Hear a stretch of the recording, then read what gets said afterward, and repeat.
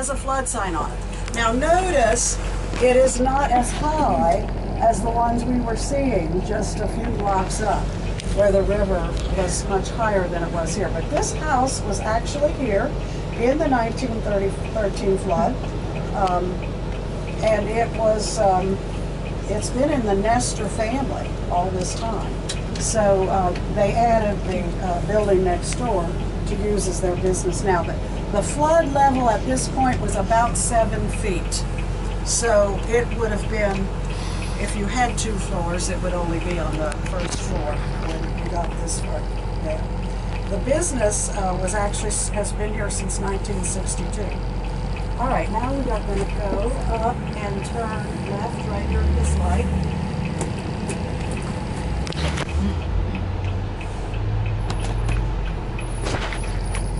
And we're going to stop. Charlie, we'll get to your old neighborhood. Okay. Well, we're going to stop before Alport. Yeah, I know you did. I want to stop by Peerless. Aren't you lucky?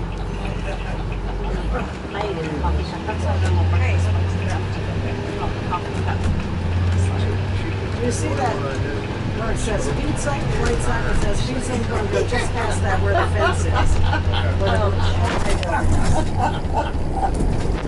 So the next place, this doesn't have a flood sign, and I don't know the exact date, maybe some of you know, that the Peerless was first built. When it was first built, it was a mill. There was a grist mill for grinding flour, and there was a lumber mill. And of course, the water power from the canal was what generated the energy to operate that. And it's been a restaurant. It was a restaurant when we came to town, and hopefully soon it's going to be a restaurant again. So we're all going to have to check it out. I'm not much of a beer drinker myself, but I believe in supporting the local people. So I will be there. So we don't have a flood sign on this building, but we do know that there was water since it went all the way to the railroad track, and we're still a little ways from the railroad track. We know there was water here. All right, now we're going to go up to Alport, which is almost at the corner.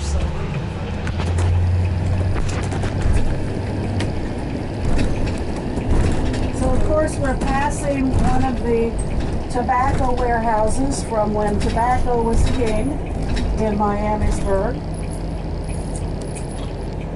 The canal was built in 1828-29. It took a while to dig it all out. And it operated until 1890, so the grist mill would have been operating. But they were not doing much with it anymore.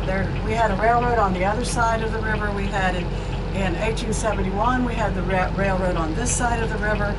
It was much faster and more efficient to bring things into town by railroad, so the canal had pretty much dried up. It was still here, it had water in it, but it was used for pleasure. It wasn't really used for business. When the flood came in, the canal was dumped on. When the water left, the canal had dead trees, dead pigs, dead chickens, dead horses, pieces of wagon, pieces of houses, outhouses. I mean, it was just totally an absolute and utter mess. And there was no reason to spend the money to bring it back because it wasn't being used anyway. So they filled it in with cinders from let's see, there was something on the other side of town that was where they had cinders, a business that was along the river. Anybody know what that was? I just wrote down that they filled it with cinders. Power plant. I think that's it. Cinders from the power plant. So they just shoveled those and brought them over and just dumped and dumped. And then eventually they called this along here the cinder path, and that's where it got its name, the cinder path. It literally was a cinder path. Of course, now we have Alcor. You can go forward and visit cinder path.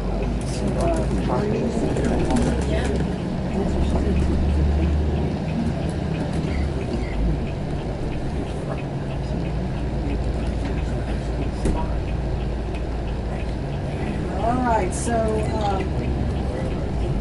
there is a sign on Alcor, and there's also one over here on Masters.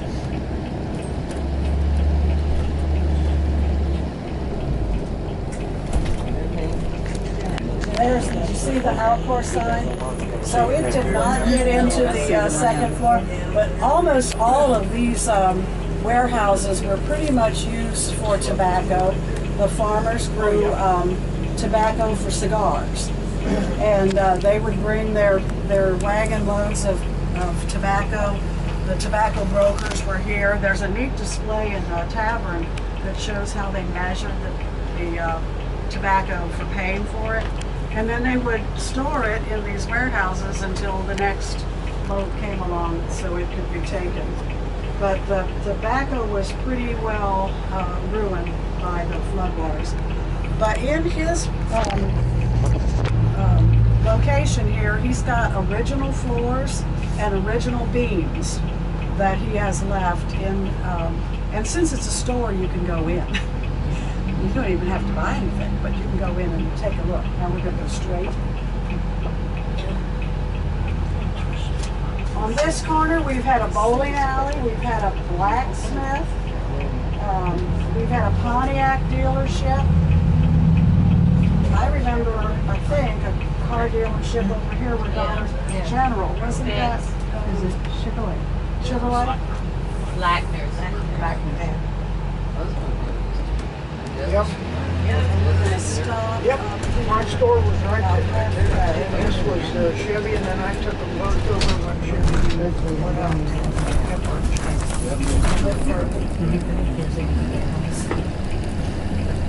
Oh, right here. Used to be a house.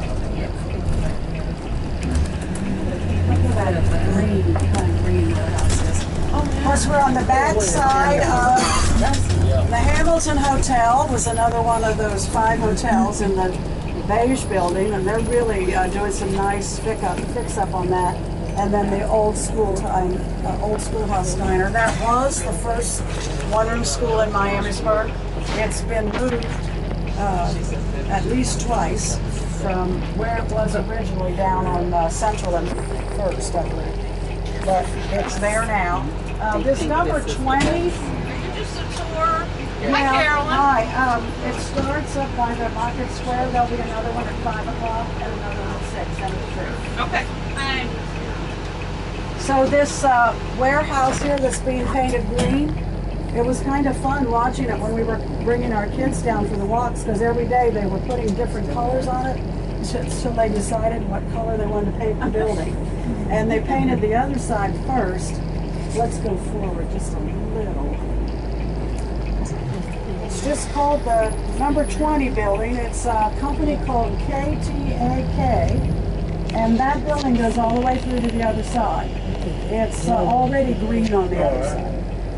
This again was a tobacco warehouse. And then let's just take a quick look at the Bomb. Bomb doesn't have a sign. You know, you have to pay for the signs, and I know Bomb is having a lot of problems financially, so maybe they just didn't feel like they could afford. But it also had a good bit of water. That was built in 1884, and of course it was built for entertainment. And since most of you have lived in Miamisburg, you know all the various things that have gone on in that building. But it's been a dinner theater, a lot of different entertainments. There was a bowling alley, it was a basketball court, it was a skating rink. And of course now the Rotary meets on the first floor every Wednesday, and lots of activities and functions are on the second floor. All right. It was the place for graduations in Miamisburg. When we first had a high school and we had the Bomb, the classes had their graduations here. Now we're going to turn around, and if we can stop, Turn here. yeah, turn right here. And then if we can stop right in front of this brown building, there's kind of a turn lane because we're going to turn right. But I want to wait before we turn because I want to talk about some things here. All right, so as we come around here, the old Star City Bottling Company is located right here where it says First Central Insurance. I don't know about you all, but I love their cream soda. Oh, yeah. That root beer was good too. And the orange. That was a big loss when we lost them. Okay, now we're going to stop right here. All right, so several things to talk about. First of all, something that isn't there is the old firehouse. Now, at the time of the flood in 1913, that was the new firehouse. They had built the firehouse out here, and they were so sure that there's no way the river could come this high. So people who were on First Street, Main Street, River Street, moved pianos and their machines. They parked up here in the fire station for safety. Well, needless to say, it wasn't safe because the water was here and clear up into the second floor. So that wasn't safe after all. The building that is now the attorney building, and there's a flood sign. I don't know if you can see it from that side of the bus, but it's right here. This was built to be a commercial laundry with 5 hotels in town, lots of towels and sheets. There were also restaurants in town that had tablecloths. You know, they didn't have throwaway things back then. They didn't have washers and dryers. So they all used the commercial laundry. Even some of the wealthy residents of town would bring things to the commercial laundry.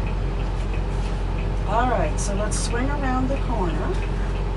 The law office has been here since 1975. And as we go around the corner, we've got the church. We talked about the bell. And they do have a flood sign on the, it's just to the right of the canopy, so we can't quite see it from here. Now, Fox Motors, we'll just kind of stop here. I'm sure most of you know the story about Fox Motors, but Grandpa Fox, when he came to town in the very early 1800s, he was one of the earliest settlers in Miamisburg, and he sold to the farmers. He had plows, and he made wagons and the metal pieces for wagons. He also invented a tractor, and there's it's in there, that wonderful little museum in there that the Foxes have. He became a millionaire with his tractor and his patents. I guess he had quite a few patents. He was a millionaire when there weren't millionaires. So he was a pretty important citizen in early Miamisburg, and the business is still in the family. They've got a celebration coming up here shortly. There is a flood sign. Now he had a building here that was floated away, and so they had to do some rebuilding. But his story was, because of the flood, most people lost their horses. Dead horses have to be replaced. Horses have to be fed. Their stalls have to be shoveled out. This new machine was coming on the scene, and he said, it's time for me to change businesses. So he got rid of all of his business that had to do with that type of thing and went into the automotive business, and that's what they've been now for 100 years. All right, let's go a little bit further in front of this yellow building. So on the left, we have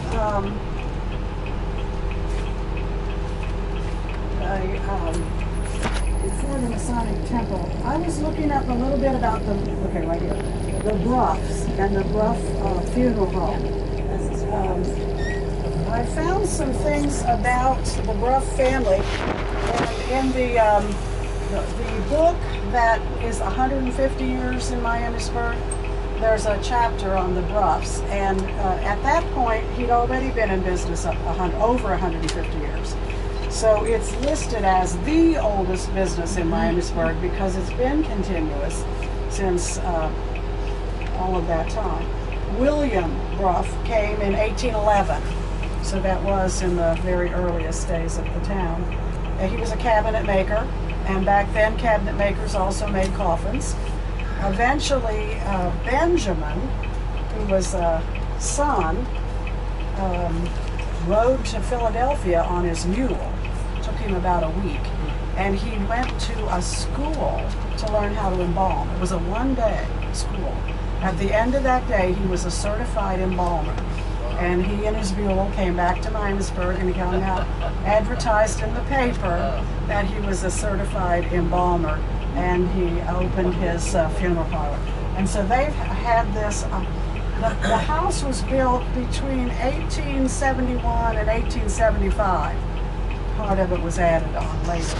So it was definitely in the flood, even though we don't have a sign there. Okay, next we have the Masonic Temple. That was built in 1860 to be, it was built by the Methodists, the Methodist Church in 1860. They sold it to the Masonic Minerva Lodge in 1901. It's Egyptian revival architecture. The columns are like those first carved out of stone in Egypt. Trinity UCC. Now Trinity UCC and the Lutheran Church met together. Trinity, it was actually the German Reformed. They were here first. They started in 1820. The Lutherans started in 1821. They met together because there weren't enough to build, each of them to build a building. And eventually they separated in 1860. They both built a church. Lutherans down there, German Reformed here. But in 1900, the German Reformed Church was in such bad shape, they tore it down and rebuilt. So this is dates to 1901. Okay, now we want to go to, there is a flood sign on the Masonic Temple. And when you get down a little further, there's a flood sign at Trinity. And we're going to turn right at the stop sign. The flood sign on Trinity is right back here. We also, unfortunately for Trinity, the sanctuary is on the first floor.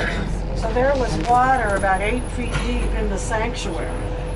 Lutheran Church sanctuary is upstairs. So their Sunday school rooms were in water, but not their sanctuary. But we had some flood signs inside during the couple of weeks of the flood. It was kind of eerie to think you were sitting in a pew. Oh, there's a funny story about, I told you to turn. And then after we get, we're going to turn again at this, at the light, turn right and left.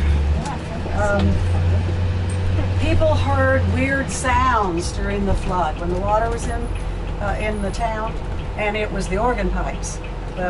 Something with the wind. It was blowing wind through the organ pipes, and they thought it was haunted.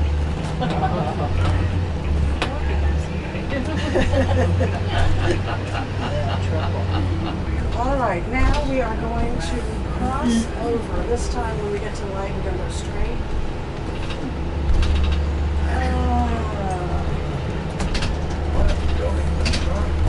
I didn't mention as we came around, but Baker and Doan, 1 block over, that's another house that has a flood sign on it. And that was built by a doctor, and I've forgotten. I didn't know this until I was doing some research for this trip. Built in 1895 by Dr. Judy, and he lived there, and he had his office in the basement. Then in 1913, Dr. Doan bought it, the first Dr. Doan. In 1925, Dr. Smalley, and then Earl Philhauer, the druggist, owned it for a time.